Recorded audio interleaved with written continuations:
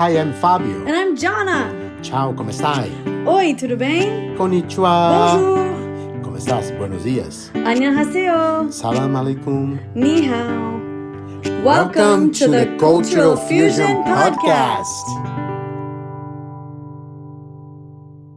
Welcome to the Cultural Fusion Podcast. My name is Fábio and I'm here with... Johnna, welcome. Good morning, good afternoon, wherever you are today. How are you doing today, Johnna? Oh, I'm really good, actually. I feel relaxed and happy day. It's kind of cloudy, but, not as hot as last week. That's right. So for those of us in Lyon, it's nice, a nice change. And so glad to see you. Well, even though I see you every day, except when I'm traveling or when you are traveling. You have been traveling more often.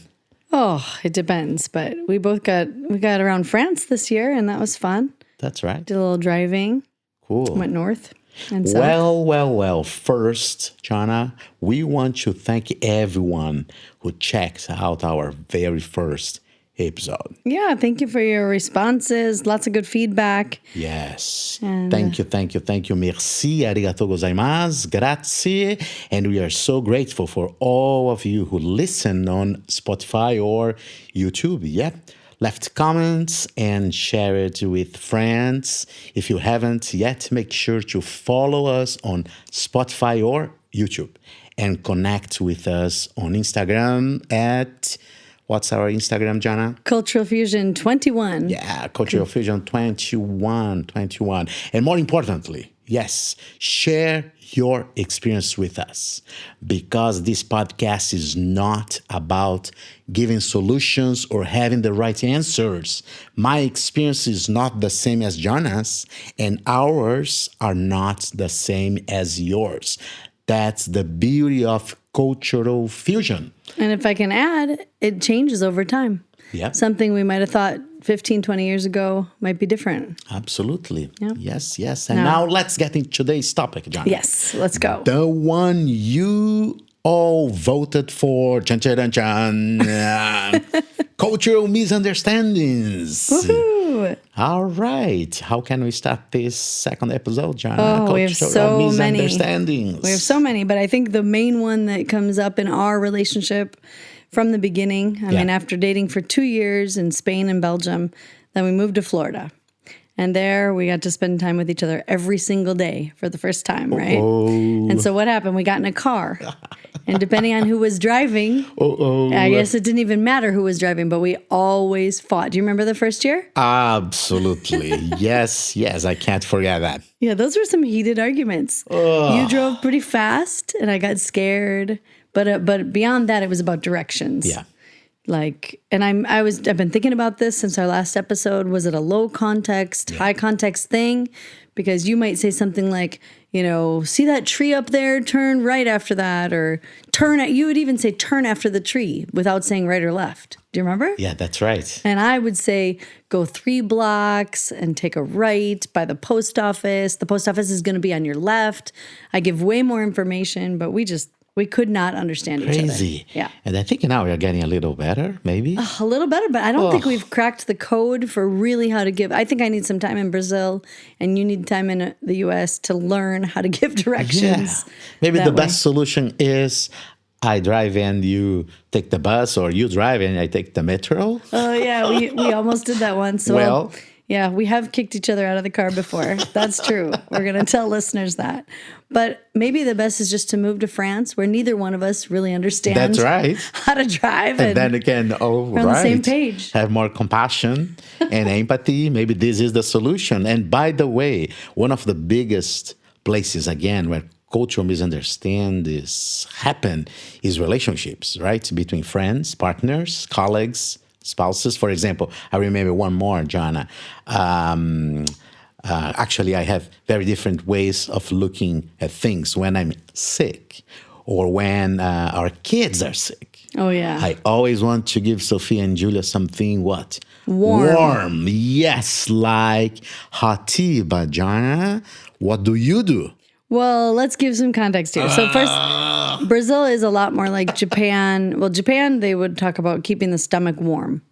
and all, keeping, and then it sounds like Brazil has some similar things. You always want to be warm. Yes. Well, at least where I grew up, now everybody's different. Yeah. I mean, this is where cultural misunderstandings get really difficult to describe because I grew up in Wisconsin, and maybe just where I grew up, it was like this. But when you had a sore throat, no problem to Johnna, have. Yeah, you ready? You give ice cream. No, it's not possible. Well, wait a minute. Yes, go ahead. Why do you give popsicle. Sophia and Julia ice cream? Because that kind of deadens the pain, And so that's how I grew up. And it freaks you out, doesn't it? All right. So we want to hear from you. Yes, you are listening to us. What do you do when you have a cold? And especially if you have kids, what do you give them? Let us know in the comments. I want to hear from you. Well, our Colombian friend just gave us a great tip the other day. She said she takes cinnamon sticks, boils them in hot water. Wow. And that helps like every stomach digestion problem that she's ever had. And actually, it helps with all kinds of things. So that's crazy. We haven't tried it yet, but I didn't know all that. That's on the list. Yeah. So, yes. Yeah, thank you for sharing, Johnna. That's definitely a huge cultural misunderstanding between us when we talk about our kids and when they get cold. Yeah, what else? Can we share when I first went to Brazil? Absolutely. Okay, so it makes sense. I grew up when you sit around the table, at least the U.S. style where I grew up, in Wisconsin, you pass the food. So everybody sits down and all the food's sitting there, and you pass, the potatoes, then you pass the beans, then you pass the meat or whatever, and you pass it maybe to the right or maybe to the left, but you pass all the way around the circle, and it comes back to where it started. And that way, it's like égalité, you feel like everybody's equal. Everybody gets to take their own amount, and then it comes back, and everybody gets some, right? Yeah. So what happens? My first time in Brazil, it must have been, what year would it have been? 2009 or something? 2009. 15 years, 16 years ago. Basically. Yeah. And so I get there, and it was a bunch, I think it was your family, which is already enormous. I mean, you don't even know how many people are in your family. So this was an event with probably 30, 40 people. All the food set out like a buffet. Yeah. So for that style, I would picture a line. Everybody grabs their plate. You go down the line in order. You don't cut, and you grab what you want, and you just keep going, right? Yeah. Well, I was standing there with my plate, and it was like a bell didn't go off, but it was as if a bell went off.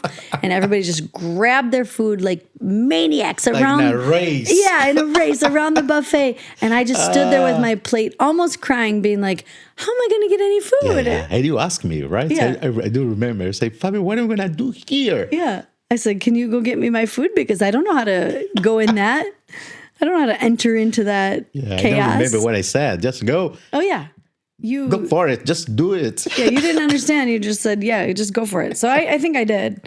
I just went in, but it was very much a cultural totally shock. And Johnna, I also remember when that's a funny moment in Barcelona, giving a public. Actually, speaking public, I was giving a talk in public, and afterwards, my friend, I believe she is from Switzerland, she asked me, why were you so angry? But I wasn't angry at all. Yeah. It's just my Italian Brazilian passion, as you know. I speak with my hands, I use my energy, and I put my whole self into it. But in that context, people thought I was angry. I was upset. That's definitely a cultural misunderstanding. Well, similar to the first time I met you and your mom. That's correct. I mean, when I met your mom, and you guys were having that conversation in Brazil, and for 20 minutes you were like cha cha cha cha cha, chop chop chop chop, just super fast Portuguese, and I thought you guys were completely fighting. So I said, "What are you guys fighting about?" And you're like, "We're not fighting. We're just talking." What? No surprise. That's very interesting. Surprising. Yeah. So, what else, Johnna, you can think about your own experience or living in a different place? I know languages also play a very important role in order to be misunderstood. Don't you think? Although our podcast is not about language today, we are talking about cultural misunderstandings, but I absolutely sure languages are there. Yeah, one of my first mistakes in languages was when I was teaching 5- and 6-year-olds in Japan, And I knew just a little bit of Japanese, and I was trying to say, turn it around, put it the other way. So I wanted to say hantai. Yes. And I said hentai. Wow. And hentai meant like I'm crazy, I'm weird, something like that. I'm weird, I think. And so they just looked at me, why are you saying that you're weird?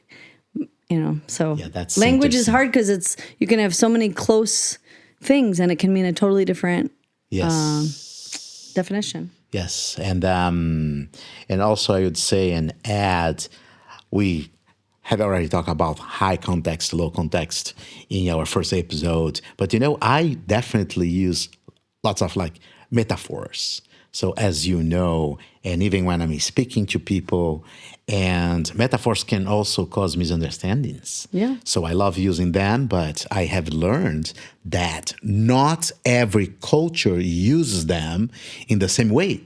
Sometimes my words carry many, many layers of meaning. And in high context cultures, that works. But in low context cultures, people just want the direct, clear message. So, and language itself is just the surface of culture. When we learn a new language, we often stay at that surface level, but underneath, like the base of an iceberg. Do you remember that graphic? There are traditions, values, and behaviors that we might not see right away. And if you don't pay attention, that's exactly where cultural misunderstandings happen. What do you think about that? Well, I think what it means is that you can learn a language fluently, but that doesn't mean you understand all the cultural levels, les couches, les niveaux, of depth and misunderstanding. So one example, well, it's how you live it, but I was thinking back to food, because I think food, what time you eat, all the kind of unspoken rules around food in each country. And France has quite a few. I remember I was offering one of the kids' friends, some snacks I think it was 5:05. And the parent looked at their watch and was like, no, our kid can't have any snacks, Wow. And I've never seen an American parent judge whether their kid can eat by time, So that felt like an unspoken rule. There's a time to eat in France and there's a time not to eat in France, right? And that also makes me think of that time we had a party in our garage at our last place, and we invited all our neighbors. That's right. It's like 12, 13 people. And we put out, it was a typical kind of buffet. Everybody brought something. We had chips, salad. Well, not salads, but finger foods, salty breads, things like that. Well, you and I made a mozzarella tomato salad that had to be eaten with a fork and knife. Mm-hmm. And we were just watching, and 30 minutes goes by. Nobody's taking our salad. Everybody's eating all the finger foods. So finally, our neighbor, who didn't know us super well at that point, but well enough to just have the courage to do it, he just started serving everyone. Wow. And once he served everybody the salad, they ate it. But we had no idea that at a buffet style kind of thing that you would have to serve people. Yes. We were expecting everybody to just grab their own. Yep. So, not like Brazilians. Right. So, that was the opposite of Brazilians. Not like Americans. And that's very, very interesting. With that in mind, I also remember another time, as you know, at work in Barcelona, my boss once asked me, do you not have enough hours in the day to finish your job, Fábio? Why? Because in Brazil, I was used to working 10 or 12 hours a day, even weekends.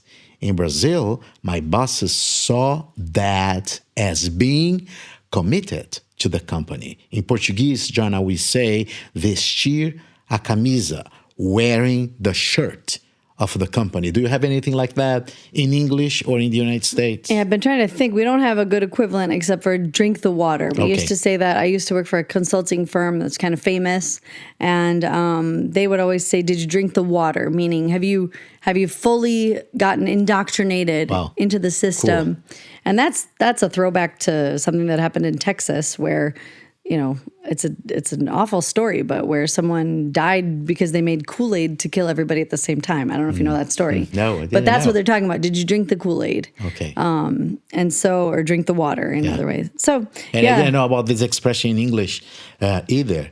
And anyways, in Barcelona, it was the opposite. They measured efficiency by how much you could do within 8 hours, not by how many hours you stay in the office. So that was a huge, big cultural misunderstanding for me. I thought I was showing dedication to my boss in Barcelona, but they saw, or he saw actually it completely differently. Yeah. I remember you telling me about that. And also in Japan, you have to stay until your boss leaves. That's right. So you've got all different kinds. Wow. So we have food examples, we have work culture examples. And how about the lunch situation in France? There's a great episode, it's a PBS station, I think, or NPR, that does a thing on workplaces and eating in France. Yeah. And how, depending on the culture of the company, do you need to take a full 2-hour lunch or just an hour? Do you have the right to eat at your desk? I think a lot of French companies would not let you eat at your desk, where in the States it's very common to eat at your desk. In Brazil, can you eat at your desk? You can, yeah. Okay. You can Right. eat So at that's your not desk, yeah. looked at as a bad thing. But then there's also the coffee time. So we have a friend who's French, but he worked a long time in California. That's he came right. back to France, and they said, you have to take your coffee breaks. You have to be with the team. His manager told him that he has to be Yeah. with the team, take the coffee breaks. So there's all this too. And I think fika in Sweden is Yeah. extremely important. Wow. So there's all these, again, unspoken rules Underneath. about...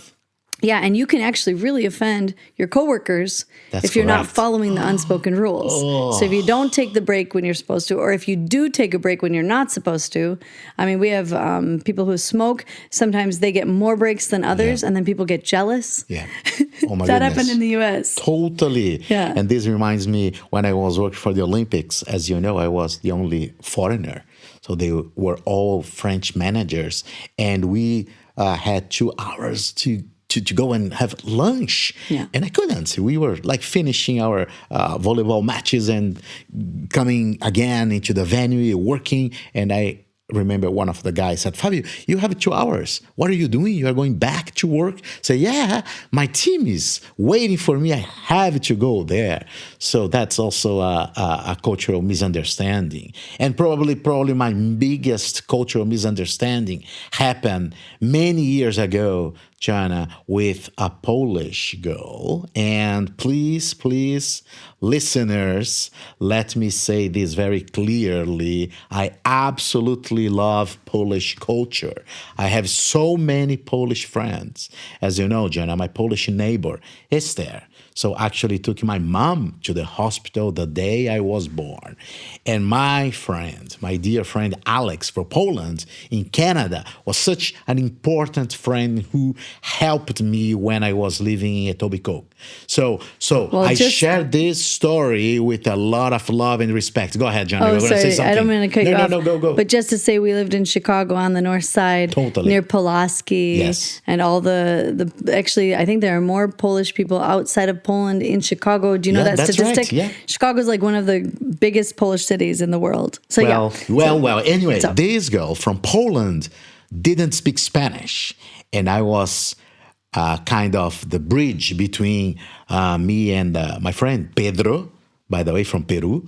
She lived in London and came to Spain to share a flat with us. She was super nice, and our friendship was amazing, but always in English. But the problem was she couldn't talk to Pedro because he didn't speak English and she didn't speak Spanish. So one evening during dinner, what happened? I said in Spanish to Pedro, ¿Dónde está la polaca? Pedro, por favor, ¿dónde está la polaca? Vamos a comer, which literally just means, where's the Polish girl? We have to eat. I said to Pedro, well, in Spanish, that's absolutely normal. And in Portuguese, just like saying, ¿dónde está el brasileño? ¿Dónde está la italiana? ¿Dónde está el brasileiro? Where's the Brazilian? Where's the Italian? Well. Oh my goodness, Johnna. She overheard me and thought I was insulting her. It was crazy. She believed I had used a very bad word against Polish people. In English, what's the word, Johnna? It's like a slur. Well, I don't really want to say it, but we'll say it once, Polak. Yes. And it's not a good word in English. I No, don't not at recommend all. it. But I didn't know a really offensive term for Polish people. She thought I had said that. Yeah. Even though I was speaking Spanish, but she understood that. Right. She got so upset. She heard it in English. That's even right. though you said it in Spanish. I know. Was This is awful. a crazy story. And you didn't even know why she got so mad. Not at all. I felt terrible. Till years later. Oh, yes. I honestly, it ended our friendship. I even had to leave the apartment. Yeah. It was insane. And I had no idea what happened years later when I explained this story to you, Johnna. Yeah. You told me, well, maybe she heard the Spanish word Polaka, but understood it as the English word Polak. Yeah. That tiny misunderstanding of sound and context completely destroyed a friendship. That's the power of language and culture. And sometimes we are not even aware of how a word in one language can sound like something totally different and offensive in another. This story connects with our iceberg metaphor. So because, Leslie, it shows how, number one, on the surface, it was just one word, but underneath, it carried completely different meanings depending on language and culture. And I think it's because she lived in London. So, in London, she was a foreigner, and she might have heard that word used. I don't know if it's used in the UK, but it's definitely a word not to say in the States. So, well, you know what, Johnna?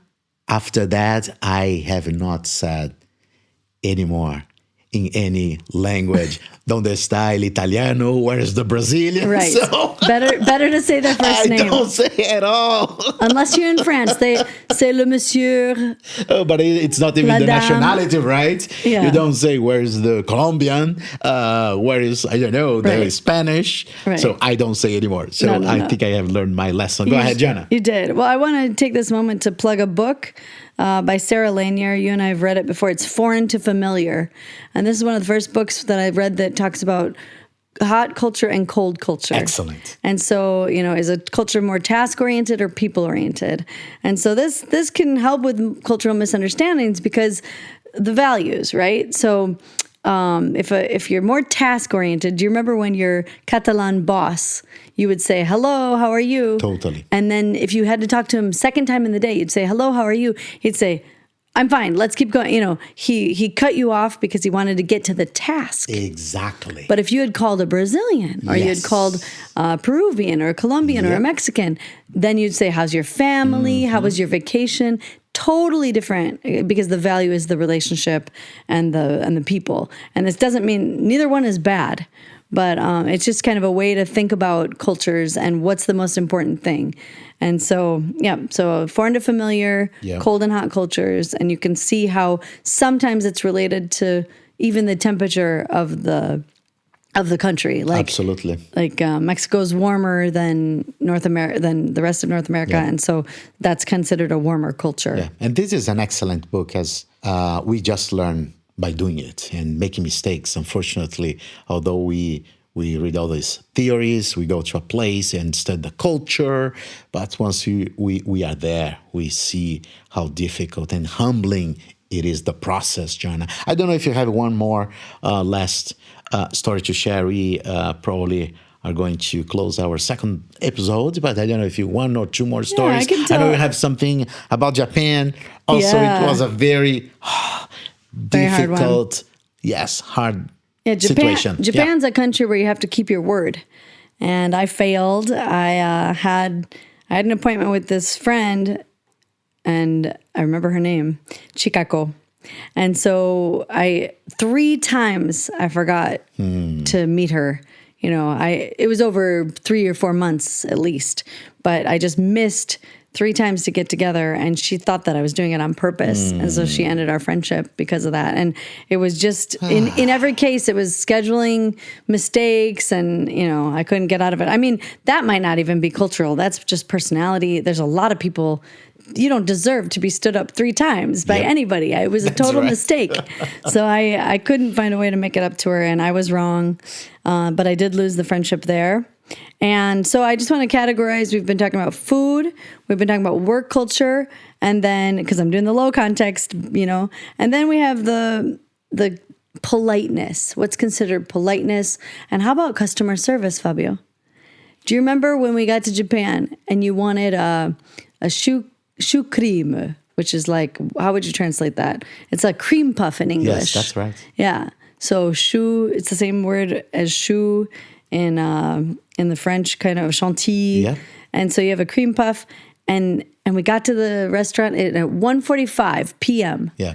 And they said, oh, no, you can't have that. We don't start serving that till 2. Yeah. So you and I just waited. We waited in the restaurant for 15 minutes until 2. Then we went back up to the cash register and we said, hi, we'd like the shoe cream. Onegaishimasu. And so we said, we want the shoe cream, but you wanted the coffee with it because it was cheaper. That's right. And she said, oh, I'm sorry, that coffee doesn't come with the deal. That's right. That coffee's going to be extra. And then, but you couldn't not get the special coffee. No. So the coffee came with it. The coffee you didn't want came with the deal. And then you ordered another coffee in addition. And then we're like, well, what are we going to do with this extra coffee? That's right. Do you remember what we did? Maybe I drank it. Probably. But it was just a very interesting experience. And I find that Japan and France can be a little similar sometimes. They make the menu and they create a menu like art, Yeah. And so to diverge from that menu is kind of offensive.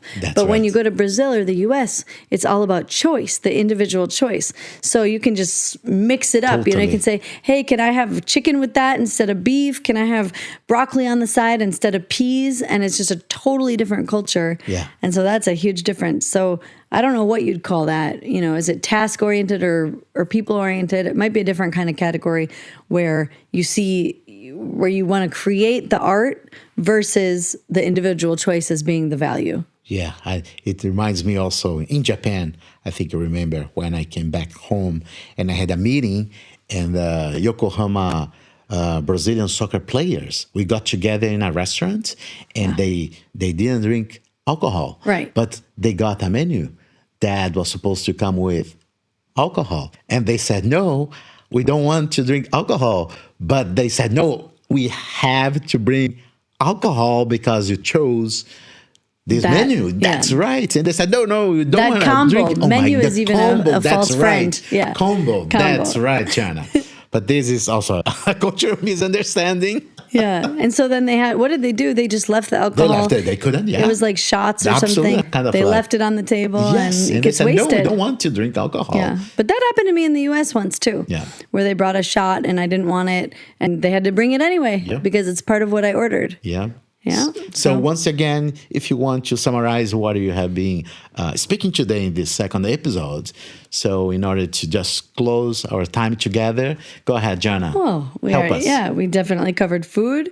We covered work culture, the customer service, and then the values. Is individual choice more important, or is the preset artistic ambiance more important? And so, there we go. It's fun to talk about cultural misunderstandings. I bet that the audience has a lot, so we're going to look forward to hearing them. And I guess back to, one of the feedbacks that we got from the last one was talking about how do you talk about cultural differences in a way that's non-judgmental? And so I'll just close with the fact that I think it's about finding the values, remembering that no culture is ever better than any other culture. Each culture has beauty, and each culture has really difficult things for all kinds of people. So we go back to that, and then we can talk about it non-judgmentally because we're not making a judgment here. We're just trying to describe our experiences where we get shocked. Thank you, John, and thank you for being with us and listening to the second podcast. That brings us to the end of today's episode of the Cultural Fusion podcast, Cultural Misunderstandings. We'd love to hear from you. So please, see to play. And por favor, leave your comments, share your own experiences, and don't forget to vote in the poll for our next episode. Share this podcast with your friends and join the conversation with us. We want this to be a space where your voice is part of the journey. And Johnna, let's thank our team. We have a team here producing this podcast. Go ahead, please. Marco, yes. Thank you so much for all your work. Yeah, it's really great to work with you. Great. So, Marco, thank you very much for recording. Muchas gracias. Yes, and shukran. Yes. To everybody. Yes. And our jingle, our musician. Oh, Anne. Yes. Thank you, Anne. From the Netherlands. Yes, great. And Marcelo from Brazil. He's always working like behind the scenes with all the creativity, banners, YouTube. So thank you so much. Good times. Grazie and now, mille. is this the Brazilian goodbye? That's right. And thank you again for listening. And we see you next time. And we also say Minnesota goodbye when it never ends. We love you all. Thanks so much for listening. Talk to you soon at our next episode. Yes. Bye-bye. Bye-bye. Hi, I'm Fábio. And I'm Johnna. Ciao, come stai? Oi, tudo bem? Konnichiwa. Bonjour. Como estás? Buenos dias. Annyeonghaseyo. Salam alaikum. Ni hao. Welcome to the Cultural Fusion Podcast.